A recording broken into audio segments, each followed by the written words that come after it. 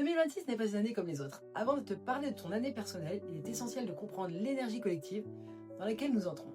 En numérologie, on calcule l'énergie d'une année mondiale en additionnant ces chiffres. Et 2026, c'est 2 plus 0, plus 2, plus 6, ça fait 10, et donc ça fait 1. 2026, c'est donc une année 1. En numérologie, classique comme en Kabbalah, le 1, c'est le nombre du commencement, de l'impulsion créatrice, de la naissance d'un nouveau cycle.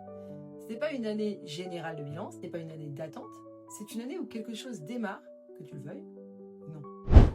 En Kabbalah, le 1 renvoie à l'unité, à la source, au point de départ avant la séparation. C'est l'énergie du souffle initial, de la volonté divine qui dit que cela soit.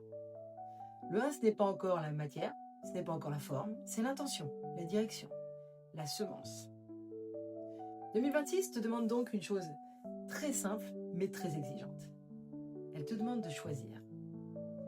Choisir une direction, choisir ce que tu veux initier, choisir ce que tu ne veux plus reconduire.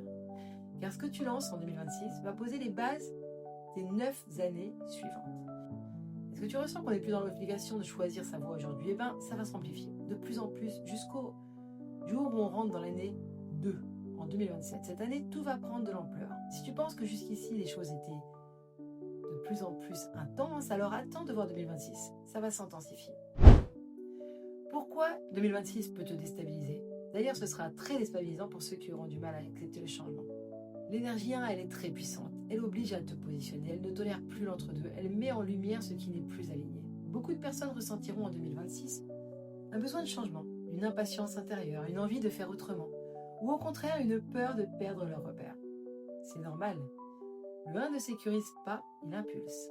Alors ça, c'est l'année collective. Mais comment calculer ton année personnelle pour 2026? Maintenant que tu connais l'énergie collective, voyons comment cette année va te toucher personnellement. Le calcul est très simple. Tu additionnes ton jour de naissance avec ton mois de naissance. Et l'année 2026, on a bien vu, l'année 2026, c'était le numéro 1. Puis tu réduis à un chiffre entre 1 et 9. Exemple, tu es né le 14 mars. Le jour, c'est 14, c'est 1 plus 4, c'est 5. Le mois, c'est mars, donc c'est le numéro 3. Et l'année, c'est 1. Donc 5 plus 3 plus 1, ça fait 9. Ton année personnelle pour 2026, c'est une année 9. C'est ce chiffre qui te donne la clé de lecture de ton année. Si tu veux la signification de ton année personnelle en 2026, clique sur le lien ci-dessous. Je t'ai créé un PDF, tu as toutes les explications.